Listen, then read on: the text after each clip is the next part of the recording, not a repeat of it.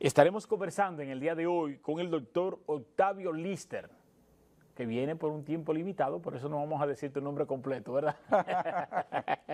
Octavio Lister es exdiputado de la provincia de Duarte, también pues ex procurador adjunto general, director del DDPSA y ex diplomático, tanto en Costa Rica como en Panamá y Guatemala. Buenos días y bienvenido al Poder de la Información, hermano. Muchas gracias, Wilton. Buenos días. No pude rechazar tu invitación porque obviamente sé que tú tienes una teleaudiencia cautiva los domingos y además pues sería un desaire no venir aquí después de 17 años. 17 años, exactamente. Así que muy complacido de estar acá.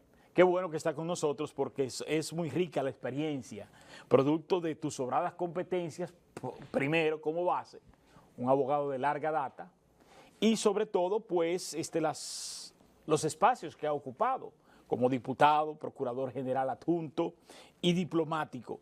Después de haber hecho ese periplo, de haber sido diplomático, y tú ya acumulado experiencia como legislador, ¿cuáles son las debilidades que advierte en nuestro ordenamiento jurídico en el marco de las relaciones internacionales? Correcto. La República Dominicana es signatario de la mayoría de los tratados y convenios internacionales. Obviamente que una cosa es tú pertenecer y otra cosa es tú ejercerlo de manera activa, es decir, defendiendo los intereses del país, porque la base de las relaciones internacionales es la reciprocidad. Es decir, tú me das este privilegio, yo te doy el mismo privilegio. Por eso, por ejemplo, hay países que no le conceden a los diplomáticos el privilegio de tener un vehículo exonerado. Entonces, el otro país donde está ese diplomático, está destinado, pues obviamente no se lo concede. Y tú no puedes alegar nada porque tu país no, por ejemplo, le cobran impuestos, pues ahí también. Es diferente con nuestro país. En nuestro país puede que el otro país no acepte nada de eso y nosotros le damos todo. Porque somos muy amplios, somos muy permisivos, vamos a decir la palabra para decirlo así mejor, sí, decirlo de esa manera.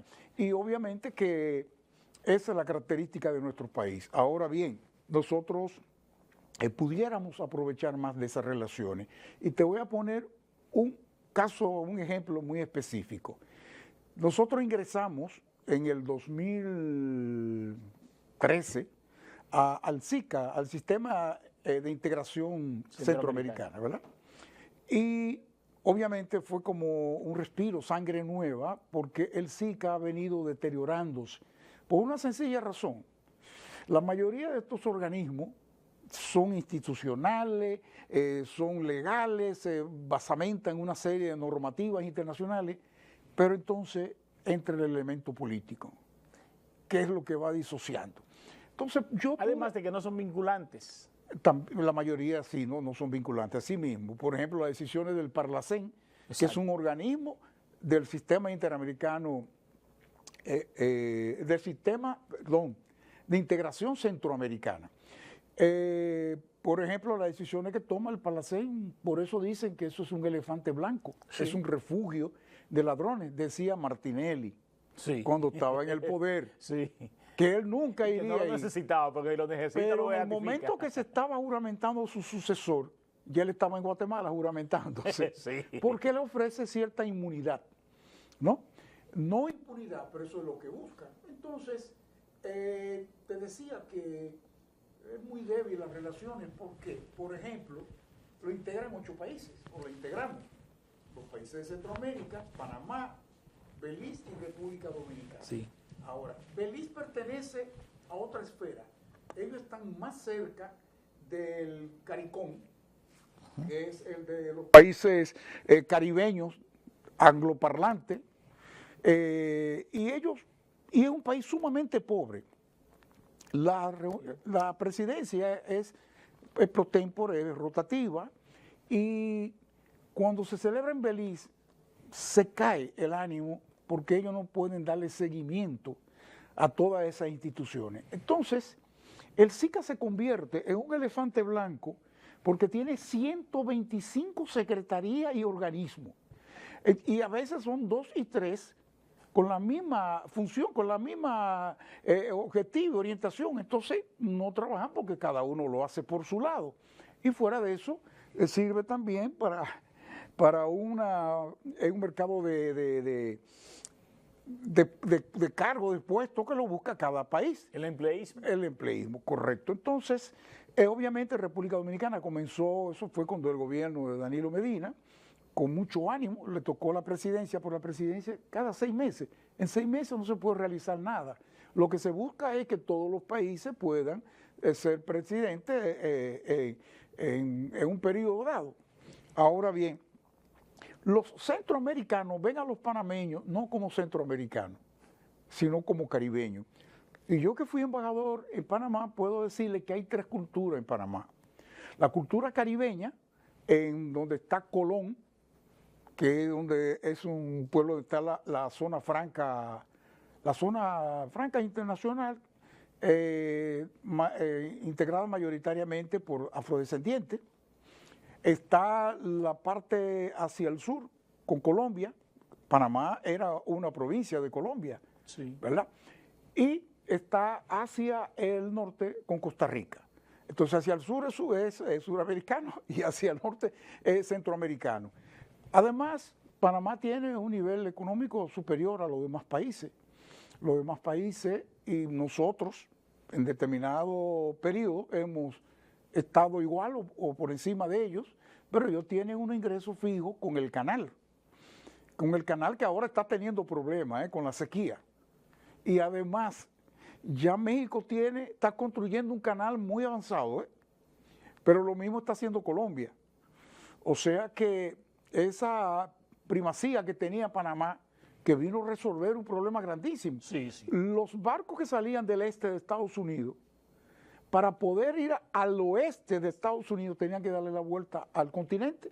Ahora no, se acortó por ahí. Eso obviamente fue una economía, pero cada país tiene derecho a buscar. Nicaragua estaba por hacer un canal con un empresario chino, no con el gobierno chino, No. era un empresario chino, pero que eso se fue diluyendo y ya se derogó esa ley, fue por ley que se aprobó, pero eso afectaba mucho a los pueblos indígenas, a los pueblos originarios, países que tienen mucha reserva de agua, porque se necesita mucha agua, porque el hecho no es que un océano esté por encima del otro, no, están al mismo nivel, lo que están por encima son las montañas. Sí. Y entonces para poder atravesar hay que perforar esas montañas y están los lagos que buscan el nivel hasta bajar en las esclusas y salir al océano, sea el Atlántico o sea el Pacífico. Pero ese sería el nicho económico que tendríamos más importante. Lamentablemente el intercambio comercial es más favorable a esos países que a nosotros, por una sencilla razón. Ellos, mira, Wilson y amigos televidentes, cuando allá se organizaba una feria, nosotros invitábamos a los empresarios dominicanos, pero no iban empresarios, iban comerciantes. Y ellos no terminaban vendiendo sus productos, sino comprándolos de allá. Entonces, imagínate tú, es una gran desventaja. Obviamente, ya han ido formando compañías con ambos países, y ahí estamos, ahí seguimos. Hay otras. El RD-CAFTA, que tenemos un problema ahora para el año 2025, comenzando por el arroz, que ya no va a haber arancel. Eso significa que de esos países, incluyendo Estados Unidos, pueden vender aquí todo su arroz sin ningún tipo de traba. Entonces nosotros no vamos a estar en condiciones de competir con ellos, con la agravante que, por ejemplo, Estados Unidos subsidia a sus productores. Aquí no. Aquí lo suicidan. Correcto.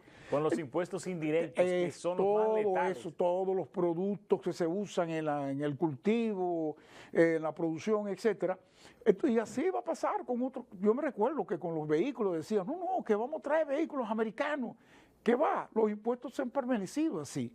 ¿Por qué? Porque nuestros gobiernos siempre graban al que le reporta más impuestos sin importar que eso vaya a afectar tarde o temprano. En la parte del componente social, sí. que es importante. Así que nosotros pertenecemos a la OEA, pertenecemos a las Naciones Unidas, y en fin, una serie de organismos internacionales más. ¿Cómo evalúa la diplomacia en el mundo en los últimos años? ¿Está jugando su rol? Muy buena pregunta. El mundo está ahora mismo dividido ya no solamente en la hegemonía de Estados Unidos, ¿verdad? Sino que ahora tenemos un mundo multipolar, no bipolar como la enfermedad, multipolar. Entonces, esa supremacía que tenía Estados Unidos ha ido perdiendo terreno en la medida que Rusia, China, Irán y muchos países de África y de Asia se han ido unificando. Incluso, prueba de eso son los BRICS, ¿verdad? Que es Brasil, Rusia, India, China y Sudáfrica, que ahora se han ido agregando otros países y además ya ellos están negociando para tener una moneda de intercambio comercial diferente al dólar. O sea que ya no habría la supremacía del dólar en el comercio mundial. Obviamente esto afectará a Estados Unidos, porque Estados Unidos tiene una ventaja, que ellos son los que imprimen allá el dólar. Sin cuña y sin nada. Y tú recuerdas cuando la pandemia, Sí. que le daban subsidios, le daban ayuda a todo el mundo, y tú decías, pero bueno, ¿y dónde sale todo ese dinero? Y ahora con la guerra de Ucrania, esos son miles y miles de millones de dólares, pero con una condición, que le compren el armamento a ellos. Sí, sí, claro. Y claro. no es donado, son deudas. Cuando pasa la guerra entre Rusia y Occidente en Ucrania, no te estoy hablando de la guerra entre Rusia y Ucrania, Ucrania es el escenario, Ucrania es la que pone los muertos, ¿no? Entonces cuando eso pase, que tendrá que pasar de una manera u otra, mira, yo siempre digo, cónchole, ¿para qué la guerra? ¿Para qué la violencia? Estupidez Si más grande termina del hombre. negociándose para la paz, ¿y por qué no negociamos antes de llegar a ese La extremo? estupidez más grande que tiene la humanidad. Claro, claro. Entonces ahí es donde se echa por un lado todas las organizaciones, las instituciones internacionales. Algunas funcionan, pero, como te digo, en casos específicos. Por ejemplo, Estados Unidos no es signatario del Tratado de los Menores, ni de la mujer, ni siquiera pertenece a la Corte Penal Internacional, porque ellos entienden que no, que su justicia es perfecta y ellos no van a permitir que lo juzgue otro país. Que lo cuestione. Que lo cuestione. Fíjate, te pongo a Estados Unidos porque es nuestro, como dice aquí, nuestro principal socio comercial. Sí, pero nuestro segundo socio comercial es Haití y ese no lo queremos. Eso no lo queremos. Por otras razones, obviamente. Y hay balanza comercial con Haití positiva. Pero, más sin embargo, pero claro, con Estados Unidos es negativa. Totalmente, totalmente. Entonces, por ejemplo, una de estas instituciones toma una decisión y, tal como tú dijiste al principio, no es vinculante, no hay quien que la haga que cumpla. Recientemente la Corte Internacional de Justicia, la Penal Internacional, ambas tienen su sede en La Haya, Holanda. Sí, en La Haya. Entonces declaró al grupo Hamas, a los líderes dirigentes, ¿no?, como terroristas, pero también a Benjamín Netanyahu, el primer ministro de Israel, porque la guerra, o no es guerra, la masacre de la Franja de Gaza no se ha terminado porque Netanyahu se propuso exterminar a los palestinos, que lo único que le queda no es un territorio, son bolsones. Sí, sí. Porque ellos se han ido apoderando del Alto del Golán, de Cisjordania, de la parte de Jerusalén, etcétera. Y ellos lo que quieren, lo que queda ahí con bulldozer, echarlo al mar y ocupar ellos eso. Pero, ¿qué pasa? Me ha extrañado que la prensa no ha resaltado una decisión que tomó la Corte Internacional de Justicia, no la penal. La penal fue declarando terrorista a Netanyahu y a los del grupo Hamas. Pero la Corte Internacional de Justicia, que es la que porque la otra es individual, personal, pero esta es de Estado, declaró que Israel debía abandonar inmediatamente el territorio de Palestina, y entregarle todas sus posesiones, pero retroactivo al año 1967, que fue después de la Guerra de los 6 días, que ellos invadieron todos esos países y se apoderaron de todos esos terrenos e indemnizarlos. Y no pueden cobrar nada por lo que construyeron. Bueno, si alguien se mete en tu casa, una finca, y construye ahí, ¿verdad? sin tu consentimiento, no, ni siquiera tiene que ser así violento. Tú alquilas y en una de las cláusulas dice, bueno, la mejora tiene que hacerse con autorización del dueño. De lo contrario, una vez terminado el contrato, es propiedad del dueño. Bueno, pues eso pasó, eso está pasando con esa sentencia, pero no han dicho nada. Una sentencia tan importante. ¿Por qué? Porque Israel tiene todo el apoyo armamentístico, logístico, material, etcétera, de los Estados Unidos. ¿Por qué? Porque Israel o los israelíes, que no podemos confundirlo con los judíos son los que profesan la religión judaica. Pero en el mismo Israel hay cristianos, católicos, hay musulmanes. Por ejemplo, Jerusalén, que es la capital, antes era Tel Aviv, la capital es Jerusalén, pero la capital está dividida en 3 religiones, que es los judíos, los cristianos católicos y los musulmanes, ¿no? Entonces, Israel estaba luchando para que los países reconocieran a Jerusalén como la capital. Estados Unidos lo hizo y así algunos pocos países, como por ejemplo Guatemala, y trasladaron sus embajadas a Jerusalén. Pero eso, en vez de buscarle solución a los conflictos, lo que está es aumentándolo, porque tú le estás dando derecho a una posesión que no corresponde, porque es de 3 países. Yo no sé cómo hacen tantas peregrinaciones ahí y se ponen los judíos en el muro de las lamentaciones, bueno, mi hermano, y los cristianos en el Santo Sepulcro y los musulmanes en las mezquitas. Oye, porque tú no sabes en qué momento puede haber un atentado. Regalar el vuelo, sí. con todo y la estadía. Así es, así y es. le doy las gracias. Experiencia que no quisiera vivir. Bueno, a mí no me llama la atención, ni siquiera Europa. Ni siquiera Europa. Porque miren la inauguración de los Juegos Olímpicos en Francia, fíjate tú. Con un dispositivo de seguridad de ese nivel. Increíble. Sí. ¿Cómo evalúa la diplomacia en la República Dominicana? La diplomacia nuestra ha ido avanzando mucho. Obviamente que los gobiernos, no me refiero a uno específico, se ha preocupado mucho en, primero, tener relaciones con la mayor cantidad de países posible. Claro, que sean beneficiosos para nosotros, porque en África hay muy pocos países, hay consulados, pero embajadas son muy pocas, lo que son embajadas concurrentes.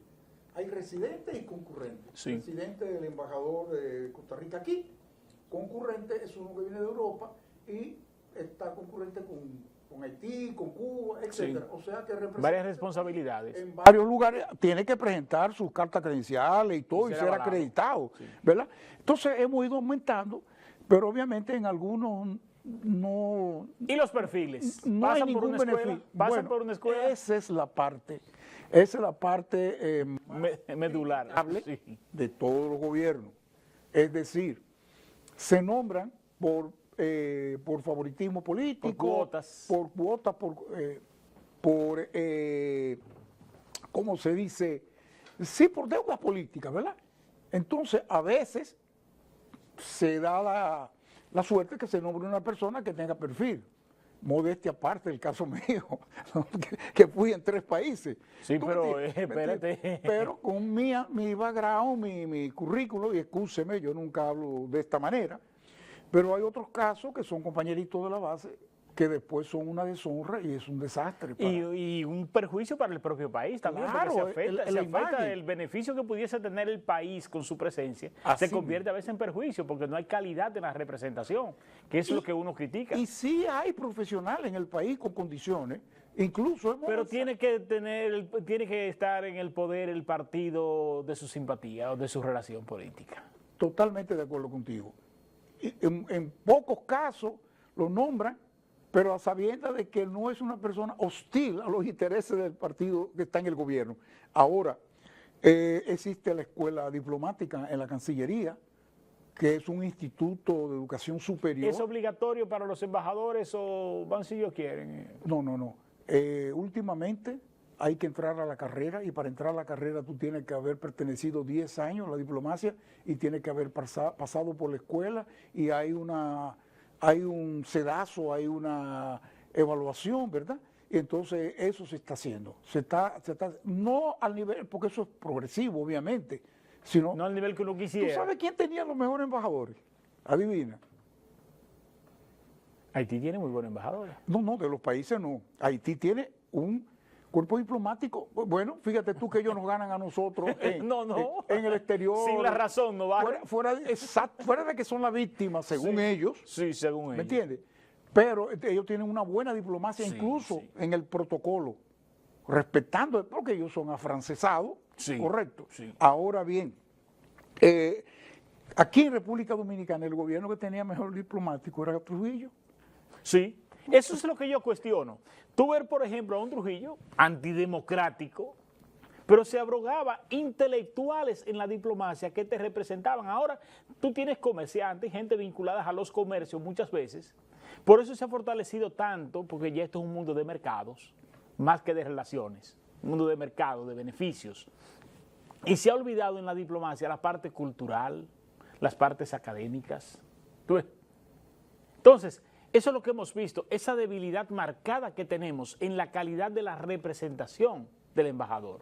Porque vemos los reveses que tenemos a veces en tratados y en las relaciones internacionales con otro país, que los países de cualquier cosita es un conflicto de la que no formamos parte. Por ejemplo, nosotros con Venezuela, que ahorita vamos a hablar brevemente de eso, nosotros con Venezuela ya somos parte del conflicto porque Venezuela no se retiró la alegación diplomática, pero ya el gobierno... Qué bueno aclarar que no rompió relaciones. No, que retiró. Sea mal interpretado. Retiró su personal y le pidió a República Dominicana que retirara el de ellos. Exactamente. ¿Me entiendes? Por ejemplo, Venezuela no estábamos completos porque no teníamos embajadores. No, había un encargado de negocio que es el que hace la función de embajador, pero no tiene la misma categoría. Entonces, por no tener una calidad de representación, se agudiza un conflicto o se arma un conflicto entre naciones. Pero cuando hay la calidad de un embajador que sepa manejar los vínculos comerciales, que conozca la vinculación de los dos países, puede manejar ese conflicto sin llegar a mayores. Así es, así mismo es. Pero vuelvo y te repito, hemos avanzado, la escuela ha hecho su aporte y ya, por ejemplo, este gobierno está aplicando de que cuando un funcionario diplomático tiene ya 4 años o más en una sede, lo trasladan a otra o lo traen para la Cancillería, que así como hacen la mayoría de los países, ¿verdad? Sí. Por ejemplo, en Estados Unidos te notifican, ya tiene 4 años aquí, ya no puede permanecer más. Puede permanecer, pero no siendo funcionario acreditado, sino empleado del embajado, del consulado, ¿verdad? Porque en eso se cuida mucho los Estados Unidos, aunque aquí nos mandan políticos también y comerciantes. ¿Tú te recuerdas que el puertorriqueño? Sí, ¿cómo era que se llamaba? Sí, que un comerciante. Un comerciante así mismo. Sí, y lo mandan con temas específicos a la región, como fue el que teníamos. Wiley, sí. Sí, que vino con una y lo mandan con temas específicos, con una gente. Pero acuérdate que Wiley iba a la escuela pública con su esposo. Sí. A darle charla a los niñitos. Sí, y a la Universidad Católica de aquí vino y se tiró fotos con Retori y con todo el mundo. No sabía. Sí. Pero el señor embajador. Claro, de los Estados Unidos. Sí. Porque si decide de aquí, es otra cosa. Hay embajadores y embajador. Sí, exactamente. Sí, no es cierto. ¿Cómo evalúa el hecho de que Estados Unidos no tenga embajadores en República Dominicana? Mira. Desde hace varios años. Desde 2014. Sí. Yo creo... 14 no me equivoco. Ellos han tenido problemas para nombrar embajadores en algunos países. Sin embargo, Haití, ellos tienen embajador desde hace mucho tiempo. Porque tienen un interés marcado con Haití. Ahí ya tú dijiste la palabra clave, cuestión de interés. Entonces a nosotros, tal vez como somos tan dóciles a los designios de ellos, saben que con un encargado de negocios eso se puede manejar, pero es una descortesía. Como quiera que tú lo puedas ver. Además, por ejemplo, esta señora que estuvo aquí se integró mucho. La última embajadora que hubo se integró. Ella iba a los partidos de pelota y yo no me recuerdo si era del Liceo del Escogido, iba y hacía una bulla con el esposo, y iba a un barrio y jugaba dominó y todas esas cuestiones. O sea que ella buscó la manera de cómo colocarse dentro del sentir popular. Pero el hecho de no haber nombrado embajador, designaron uno, ya fue evaluado por el Senado y todavía no ha emitido una decisión, aunque en lo que él se quemó era que lo que le preguntaban era cómo veía las relaciones con Haití, la Agenda 2030, que por ahí es donde se mete la igualdad de género, y de República Dominicana no le preguntaron nada, que es donde venía a ser embajador. O sea, él viene a ser embajador, pero para ayudar al embajador de Estados Unidos que está en Haití. ¿Ven? Entonces, obviamente nosotros debiéramos estar más preocupados de nuestro problema, porque el hecho de la fusión no es que lo van a decretar desde allá, es que ya se está produciendo. ¿Se está borrando la frontera? Se está borrando la frontera y además, por ejemplo, yo vi una cifra escalofriante, que en el Distrito Nacional hay 21 escuelas mayoritariamente de niños haitianos. Sí. Y hay otras que 50 y 50. Y los padres dominicanos, sus niños no encuentran cupo para inscribirlo. ¿Y por qué? Porque ya lo ocuparon los nacionales haitianos. Pero ve a los ¿Y hoteles. por qué? Porque no es que va un vecino a inscribirlo, son ONG, que son los que se encargan de inscribirlo. O sea, esto es una locura, ¿verdad? Y además, bueno, en la salud ni lo digamos aquí. Y en el turismo, por ejemplo, la gran cantidad de trabajadores de la industria turística del país, entre venezolanos y haitianos, han desplazado a los dominicanos. Es otra cosa. Los en venezolanos han incursionado mucho. Porque dominan muy bien los idiomas. Ahí es donde está la cosa. Además de que el dominicano, todavía con el complejo de Guacanagari, desde que tú tienes un acentico de centroamericano de otro lado, gusta más que la expresión típica nuestra. Sí, sí, así mismo es. Pero ya hay ciudades que son de Haití, el caso de Fusia, en Bávaro, ahí en Punta Cana. Sí. Yo estuve por allá hace como 2 meses, en Punta Cana, donde una nuera mía, y yo le decía que quería conocer ahí. Y no, vamos. Y desde que tú entras, tú estás en Haití. Y digo yo, pero yo estoy viendo el comercio, estoy viendo el movimiento. Yo quiero, no, para los barrios no vamos a entrar, no me dijeron, no. No, eso es puro de haitiano. Mira, en la región sur, yo estuve en días pasados en Barahona, y de Barahona pues bajé por Neiva, y esos sitios por ahí detrás, hasta llegar a San Juan. Nosotros íbamos contando, un compañero mío comienza a contar los haitianos. Digo, no, cuenta los dominicanos, que va a terminar más rápido. Así. Cuando nosotros llegamos a San Juan de la Maguana, tocaba la hora de salida de los estudiantes. Más del 90% de los estudiantes que estaban saliendo de esa escuela eran haitianos. Sí. Eran haitianos. Y los otros mezclados. Pero óyeme esto, eso de reescribir la historia en donde se le da mayor relevancia a Haití, porque lo que quieren es borrar. Nosotros nunca hemos invadido Haití, nunca en toda la historia. Las 14 batallas las hemos tenido que librar aquí. A librar y ganar.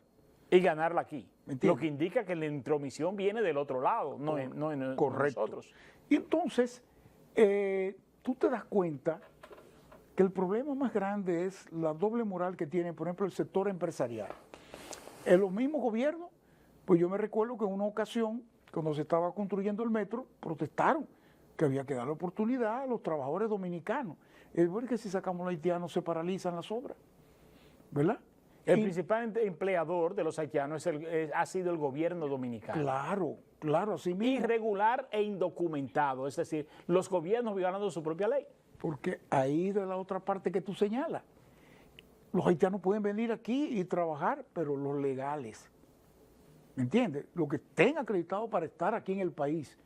Pero la frontera está sellada, por ahí no se mueve nada. Pero sí, pero los 2 kilómetros que hay verga, pero ellos entran por la montaña de Bauruco y todo eso, multitudes. Porque yo siempre he dicho, aquí hace falta fortalecer ese muro jurídico en la República Dominicana. La trata de personas debe ser castigada con un régimen de consecuencias. Por ejemplo, no se justifica que las principales líneas de transporte a los pueblos fronterizos son de militares. Tú dices los vehículos. Los vehículos y las rutas. son de militares. Yo viví en un barrio de militares en la capital, conozco eso al dedillo. Es una cuestión de interés económico terrible. Entonces, antes, Balaguer le dijo a un guardia que yo conocí, inclusive yo le pinté su casa en Santo Domingo, le dijo, señor presidente, mándeme para la frontera para yo defender la patria. Y Balaguer le respondió, hasta los bisnietos tuyos te lo van a agradecer. Y yo nunca había visto tantos zapatos fuera de una zapatería como yo lo vi ahí. Tantos perfumes, tanto whisky. Se limpió para siempre. 8 meses. 8 meses. Entonces, tú tienes una frontera como fuente de riquezas. Óigase, mi hermano. Mira, antes cuando Trujillo, sin estarle haciendo lo a la dictadura, trasladar un militar para la frontera era un castigo. Un castigo. Ahora no. Ahora un beneficio, un privilegio. Y ahí es donde está, donde radica. Entonces nosotros con leyes suficientes, porque tenemos la ley de trato de trata de personas, pero también tenemos la ley de lavado. Pero óyeme, el Código Laboral establece que no puede haber la proporción 80% de nacionales y 20 de extranjeros. Sí. Pero cuando dice 20 extranjeros, no dice 20 haitianos. No. Lo que dice son técnicos que no tengamos. ¿Me entiendes? O sea, y hasta esa simpleza se viola, sin ninguna consecuencia. Entonces no hemos entendido seriamente que este problema nos afecta, sobre todo, que hay que analizar las cosas a la luz de la geopolítica. Por ejemplo, volvamos a Venezuela, el caso de Venezuela. Ejemplo, yo no puedo ver a Venezuela como un caso de los venezolanos, de un fraude de Maduro, muy parecido a los de Balaguer, ¿verdad? Que nosotros aquí lo vivimos perfectamente. Ahora bien, yo no puedo ver eso como un asunto de Venezuela, cuando hay una condición geopolítica que vincula el mundo en toda su extensión. Hay que ver cuáles son los intereses que están detrás de ese proteccionismo a un gobierno X o a un sector X en un país determinado. Porque, por ejemplo, ahí en Venezuela tenemos a Irán, tenemos a Rusia, tenemos a China, que están desafiando un espacio que lo necesitan como eje transversal, tanto para el comercio como para la condición geopolítica del mundo. ¿Qué merece tu análisis es correcto. Si la situación postelectoral que se ha presentado en Venezuela se la dejáramos los venezolanos, ellos tendrían que buscar una salida, porque no se van a matar todos, ¿me entiendes? Tendrán que buscar una salida. ¿Cuál? Bueno, la que ellos entiendan. Ahora, yo quiero, para analizar el caso de Venezuela, permíteme hacer esta acotación. Hay 3 etapas. La de la campaña, que fue pacífica, no hubo un solo civilizada, muerto. Sí. Los venezolanos son caribeños, como nosotros, y son muy bocones. Muy apasionados. Muy apasionados, correcto. Entonces, la campaña fue, hay que reconocerle. Se decían de todo, pero no pasaban de ahí. El proceso electoral propiamente dicho, es decir, las elecciones fueron pacíficas y fueron organizadas, ordenadas, porque Venezuela, quiérase o no, tiene un sistema de votación de los mejores y más confiables del mundo. Te estoy hablando no del resultado, sino porque tú sabes que la inteligencia artificial, Dios, ¿quién creó la inteligencia artificial? No fueron ellos ni fue Dios, fue el ser humano. Entonces sabe cómo maniobrar con eso. No es el que vota, sino el que cuenta los votos. Bueno, sí, hay una frase muy célebre sobre eso. El caso es que la tercera etapa es donde todo se echó a perder. Por una sencilla razón. Es que yo entiendo que Elvis Amoroso, que terminó siendo odioso, el presidente del Consejo Nacional Electoral, no guardó la discreción ni las apariencias. Entonces, y ahí es donde trae, claro, la mayor suspicacia. Suspicacia, ¿verdad? Entonces, ¿qué sucede? Yo fui de lo que me trasnoché hasta las 12:20. Se me olvidaba que Venezuela tiene 1 hora menos que aquí, o nosotros tenemos 1 hora más que allá. Y yo estuve esperando hasta las 12:20 de la noche el boletín. Y digo, no, yo no voy a trasnochar, lo apagué y al otro día me di cuenta que a las 12:30 dictaron el boletín. Ahora, el boletín que se dicta es el primer boletín y el único boletín hasta ese momento con el 80% de los votos, y en donde el presidente del Consejo Nacional Electoral declaró ganador a Maduro, sin mostrar más nada. ¿verdad? Participaron 10 candidatos de 10 partidos, o sea, 2 bloques de varios partidos y 8 de los demás partidos. Y entonces el 4.6% fue de los demás. O sea, con eso tú no ibas a convencer a nadie. Entonces la oposición se preparó para ganar y Maduro se preparó para no perder. Oye, tú dirás que es lo mismo. No, no. Es que la oposición estaba tan seguro que iba a ganar, que si no ganaba iba a decir que hubo fraude. Pero Maduro sabía que si le ganaban iba a tener que salir, correcto, y muy mal, iba a tener que irse para otro lado. Entonces, ¿qué pasa? Que ahí es donde comienza el pugilato. Fíjate que el candidato del Polo Democrático Unitario, que encabeza Edmundo González Urrutia, pobre candidato ese, qué pena da. Yo no sé cómo apuestan, habiendo tantas personas jóvenes con capacidad, ¿cómo apostar? Pero que ese señor tiene la edad mía, es un niño igual que yo, óyeme, pero un niño... pero la cabeza como... óyeme, pero es que ella le quita el micrófono, no lo deja hablar en los mítines. No. Entonces ella era originalmente la candidata, la inhabilitaron por bocaguá, porque se puso a hablar de que había que intervenir, que sé yo qué, y obviamente Maduro aprovechaba todos esos default, todos esos errores. Y le aplicaba la ley. Y la ley suya o lo que sea, pero se la aplicaba. Y la inhabilitaron. Se buscaron a otra Corina, error, porque es el mismo nombre, que también la inhabilitaron. Buscaron a este señor, que yo no sé de dónde lo despertaron, que fue diplomático. Bueno, hasta donde yo sé, él fue secretario en la Embajada de Venezuela en El Salvador. Y en las redes están circulando unas cosas que no las quiero decir aquí, porque yo no vengo como boca de gaso a estar repitiendo todo lo que dice en las redes, sobre todo sin verificarlo. Y entonces este señor luce un abuelito muy amoroso, qué sé yo qué, pero ella es la combativa, la que corre peligro de su vida, sí. Se va a la clandestinidad. Eso es llamando la atención de los americanos, sí. Y todo, ¿verdad? Y entonces se aparece en el meeting de ayer encapuchada, y aquí estoy, eso era un reality show. Oye, es increíble. Y obviamente ella tiene garras, ella es temeraria, hay que reconocerle eso, pero toda su familia está en Estados Unidos. ¿Me entiendes? O sea que ya sabe lo que puede pasar. Ahora, volviendo al caso, tú hablabas ahorita de la geopolítica. Mira, hay un detalle que no quiero que se me pase por alto, y es la región del Esequibo. Es un territorio gigantesco que hay en Guyana, que hace frontera con Venezuela. Pero Venezuela tiene 2 siglos reclamándolo. Creo que está en la Corte Internacional de Justicia, esperando un fallo, porque ahí se dilatan más que los jueces nuestros, sí. Esperando que ellos mismos resuelvan. Entonces, ¿qué pasa? Que está reclamándolo porque era de Venezuela, pero cuando los ingleses ocupan ese territorio ahí, se quedan con ellos, y cuando los ingleses reconocen la independencia de Guyana, le entregan ese territorio. Pero ese es el territorio más rico en petróleo. Sí. ¿Verdad? Entonces, hace como 6 meses, Maduro, por decreto, porque él cree que con decreto puede resolverlo, ordenó crear una policía para allá, una moneda y la exploración de eso ahí. Ya hay 5 compañías norteamericanas explotando ahí y hay una base militar norteamericana.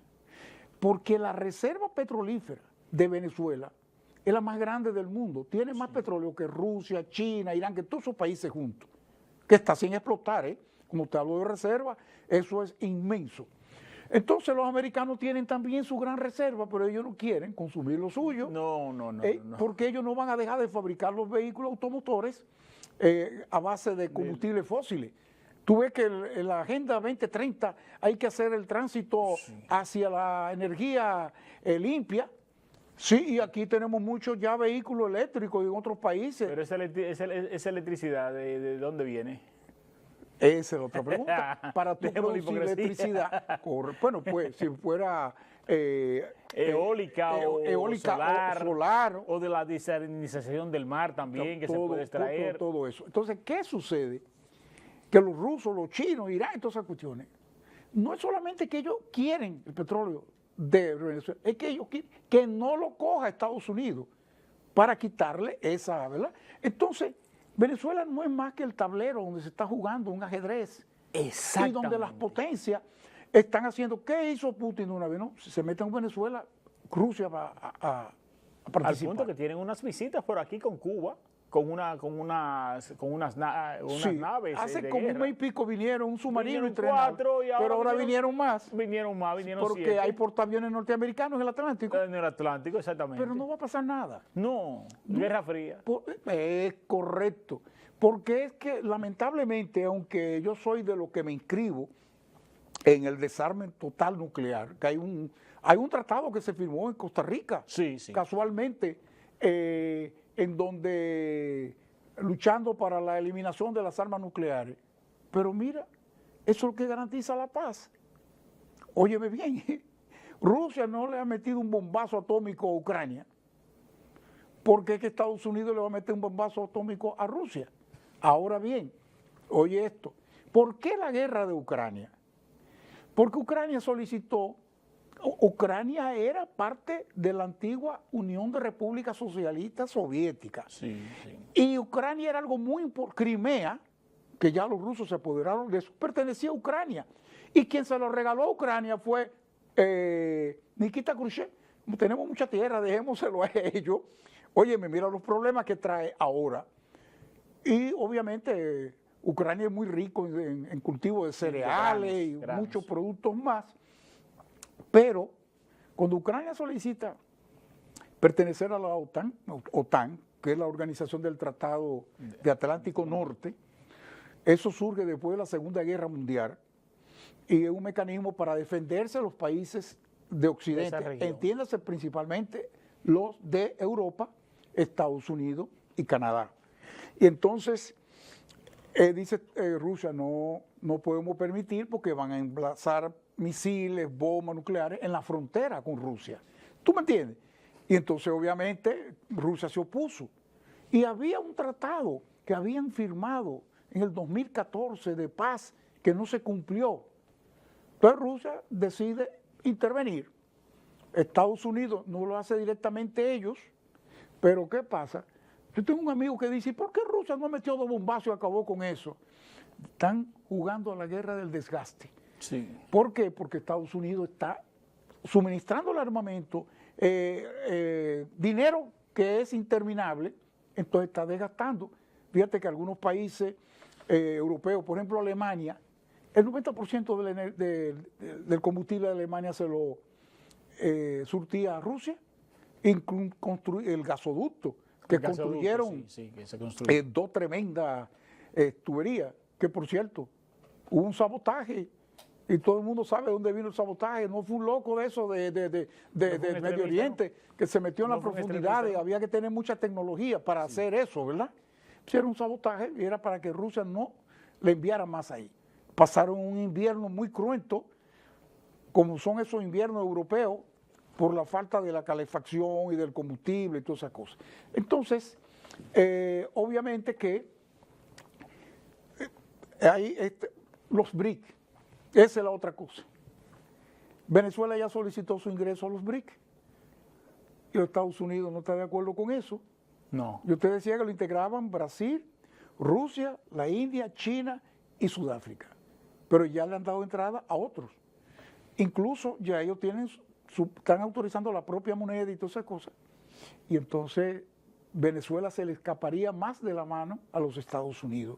Lo que pasa es que los peones que están en el tablero de ajedrez siguen peleándose entre ellos, se van a los extremos y obviamente así nunca van a llegar a un acuerdo. Eso es para que la gente vea que no es la presidencia de Venezuela lo que está en juego. No. Eso no es lo que se está peleando, señor. Otra cosa por la cual Estados Unidos se desesperó y reconoció como presidente electo a Edmundo González, porque Maduro, no sé quién lo asesoró o cómo se dejó asesorar, porque es muy difícil de asesorarlo, ¿verdad? Es difícil. Se presentó viene siendo el Tribunal Electoral, no, allá no hay Tribunal Electoral, allá hay una sala electoral del Tribunal Supremo de Justicia que viene siendo la Suprema Corte de Justicia, como aquí cuando se iba a crear el Tribunal Constitucional. Exacto, acuérdate que el expresidente de la Corte Suprema de Justicia, aquí decimos Suprema Corte, en los demás países dicen Corte Suprema, ¿verdad? Decía que iba a ser un choque de trenes. No, eso no se ha producido. Ahora es que tenía un buen conductor el Tribunal Electoral, porque mira, Milton Rey Guevara, que Milton viene de un partido político. Exactamente. Y sin embargo, se portó con una prístina, imparcialidad que todo el mundo, el sector privado, todo el mundo le reconoce. Y con el caso haitiano, esa sentencia que se dictó, óyeme, entonces, allá es una sala. Maduro se presenta y va y deposita un recurso de amparo para la revisión de los resultados. Ahora, ¿tú sabes qué tiempo tiene el Consejo Nacional Electoral para emitir ya el fallo definitivo? 30 días. Entonces tú no puedes apelar hasta que no pasen esos 30 días. Lo que pasa fue que Elvis Sabroso, ¿cómo fue? Amoroso. Amoroso, sí. Elvis, al otro día en la mañana llamó Maduro y ya lo proclamó. O sea que fue un sancocho para que hicieron. Apelar. Pero Estados Unidos se da cuenta que ya dicen que la presidenta del tribunal es chavista. Bueno, eso dirían también aquí del presidente de la Suprema Corte de Justicia, no que sea chavista, sino que es PLDista. Exactamente. Y es verdad, era un miembro prominente del PLD. Sí, pero pueden hacer su trabajo con imparcialidad cuando abrazan realmente la institución. Entonces, ¿qué pasa? Que no es lo mismo una decisión unipersonal que una decisión de un tribunal. Y claro, si el tribunal llega a la conclusión de que ganó la oposición, no hay otra salida que aceptarlo. Y eso es lo legítimo, y es lo legítimo.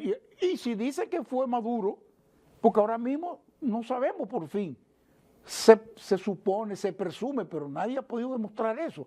Entonces, ahora hay más actas que mesas de votación. Sí, es la cuestión. Entonces, obviamente Estados Unidos dice, no, ya habiendo una decisión institucional, no podemos hacer nada. Vamos a presionar declarándolo el ganador. Y ya los demás países de América Latina se sumaron, que fueron los mismos que firmaron aquel comunicado, que a mi entender Dominicana debió esperar un poquito más, como hizo México, Brasil y Colombia.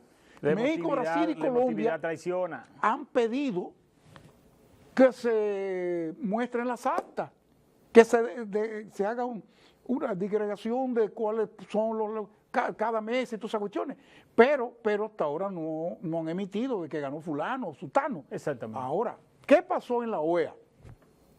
No sé si tenemos tiempo todavía. Yo tengo todo el tiempo del mundo, el que no tiene tiempo eres tú. El que no tiene tiempo soy yo, está bien, pero es que estas cosas emocionan y tú eres un provocador, así que imagínate. Pues sí, Wilson, ¿qué pasó con el asunto de la OEA?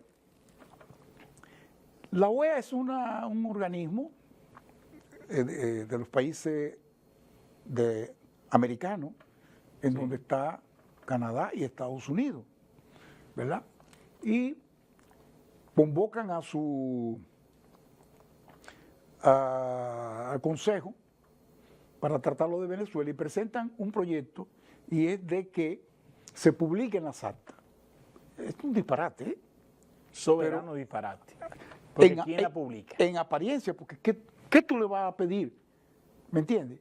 Entonces, 17 países votaron a favor, 11 se abstuvieron y 5 no asistieron, entre ellos Venezuela.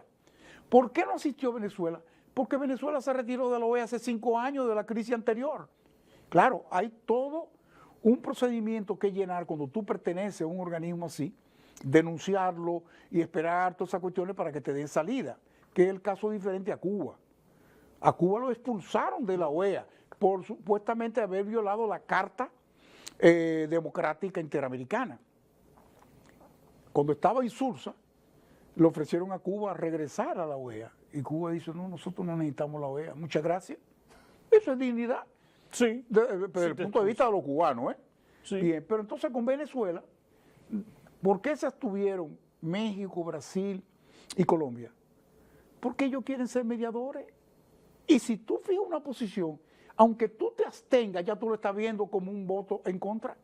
Y tampoco quieren demostrar una rivalidad a un vecino tan cercano que es un eje transversal de grandes potencias, como lo hemos dicho hace un momentito. Sí, pero también el problema que ellos tienen con los migrantes.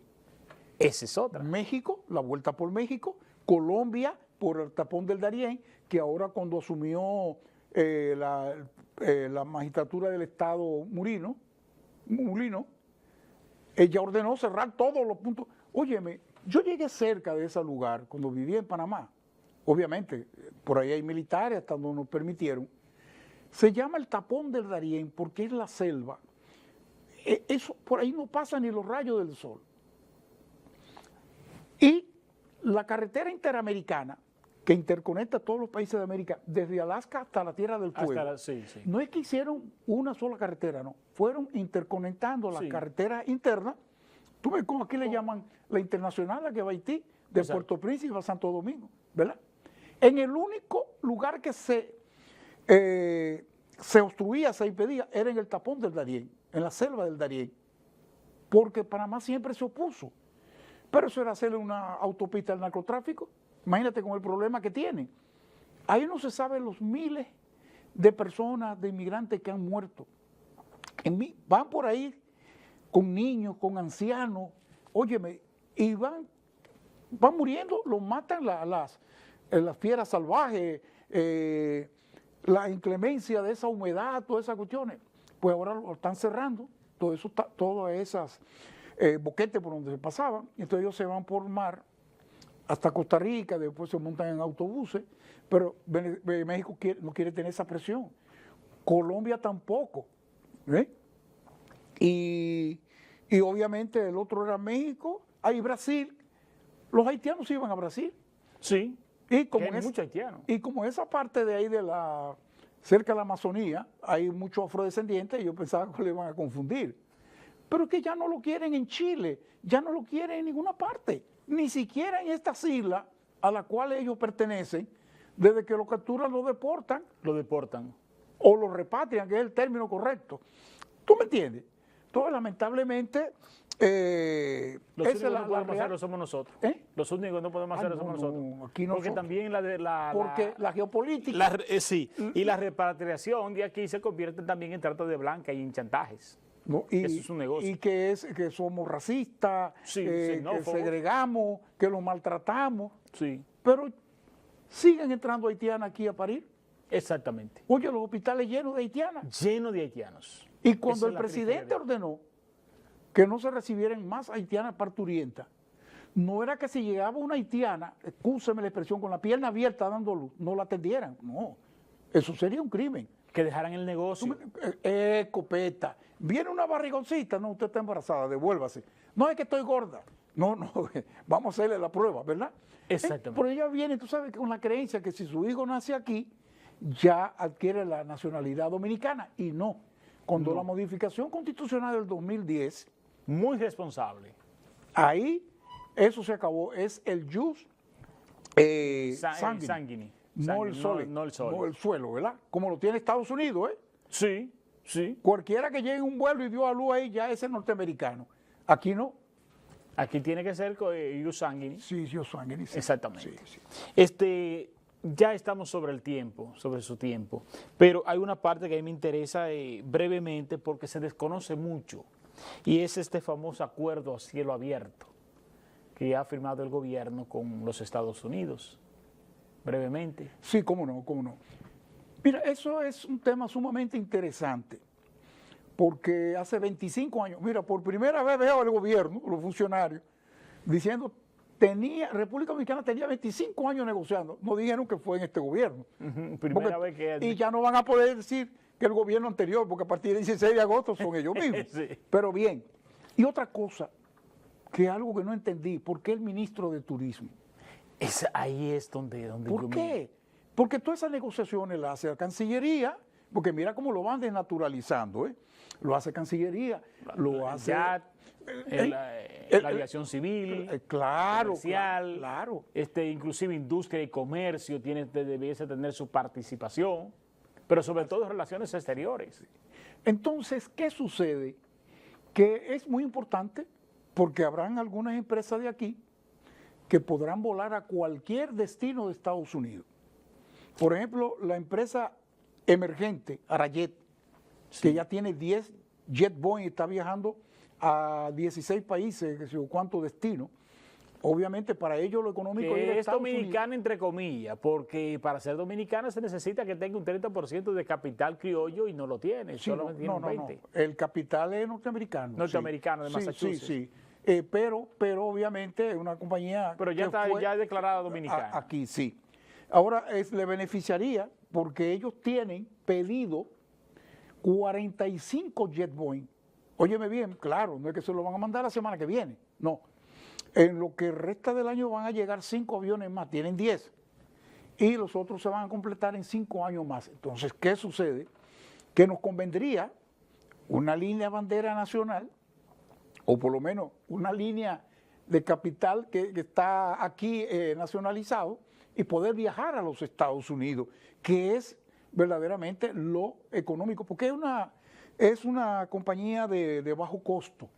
Es decir, va a impactar más bien en los vuelos, en la economía de los vuelos que se puede tener. sí, pero hay una crítica, vamos a ir a la otra campana, que dicen que va a pasar algo parecido con el arroz. ¿Me entiendes? Porque va a ser una competencia desigual. Muy desigual.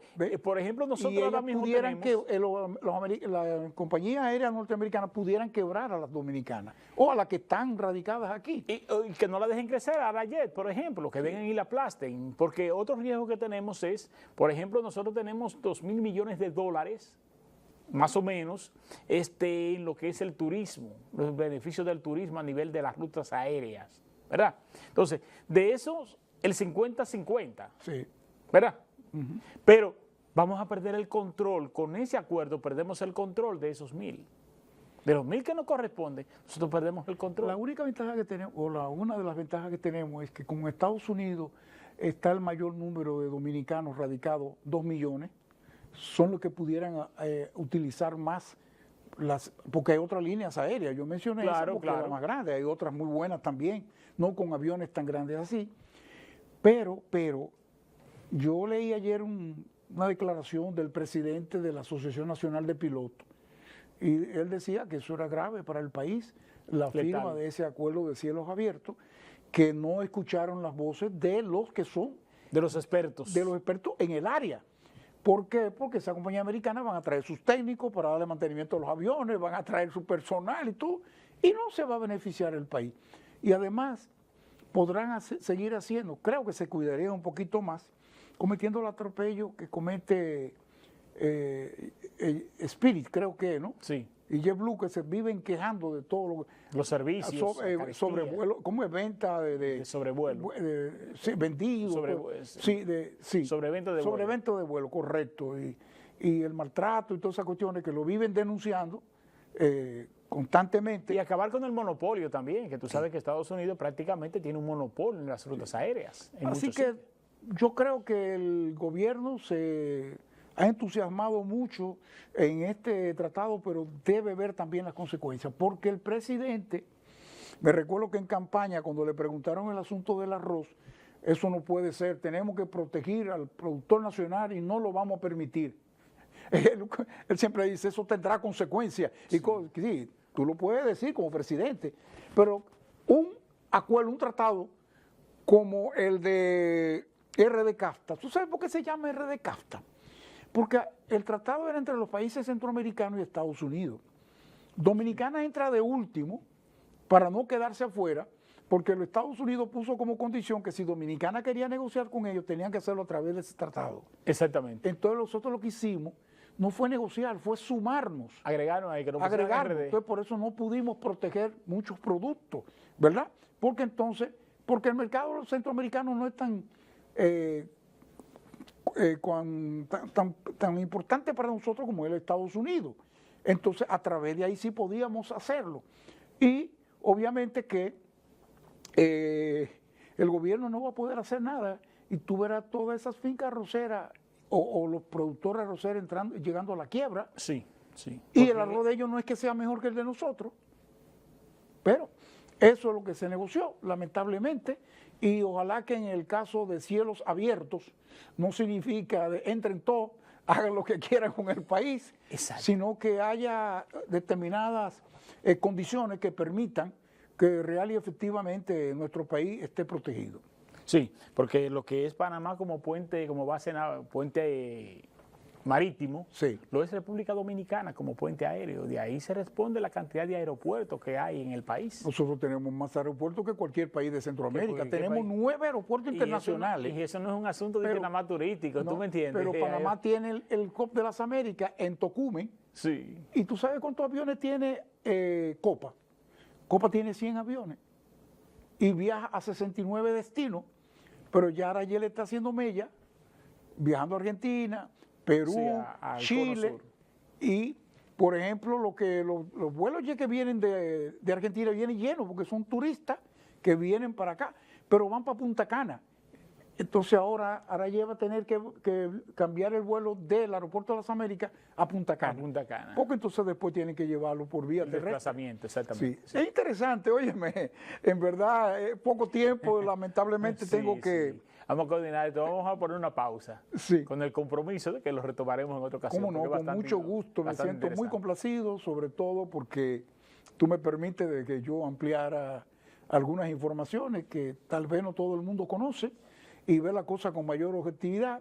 Regresando a Venezuela, nosotros, sobre todo los que somos cristianos y latinoamericanistas, queremos que prevalezca la paz, que haya una luz al final del túnel y que no haya tanta intromisión extranjera del bloque que sea, sino que se le busque una solución, porque por ejemplo la OEA ya ha perdido toda credibilidad Sí. y obviamente hay que sentarlo. Bueno, mira, en la audiencia de ayer del tribunal fueron 9 candidatos, no fue Edmundo González, No, no. tal vez como Maduro había dicho que había que meterlo preso, pero María Corina estaba en la clandestinidad ¿Y se presentó? y se apareció con la cabeza encapuchada y se subió al camión y se la quitó una vez, como le decía al principio, ¿verdad? Entonces podía ir al tribunal porque no es verdad que lo iban a apresar ahí. Ahí estaban todos los candidatos, menos él. Tal vez Él si él entendió iba que no no iba a ser nada. tampoco No era la otra cosa de Sí. Mister, gracias del alma, hermano, por habernos A ti, a aparecido. ti.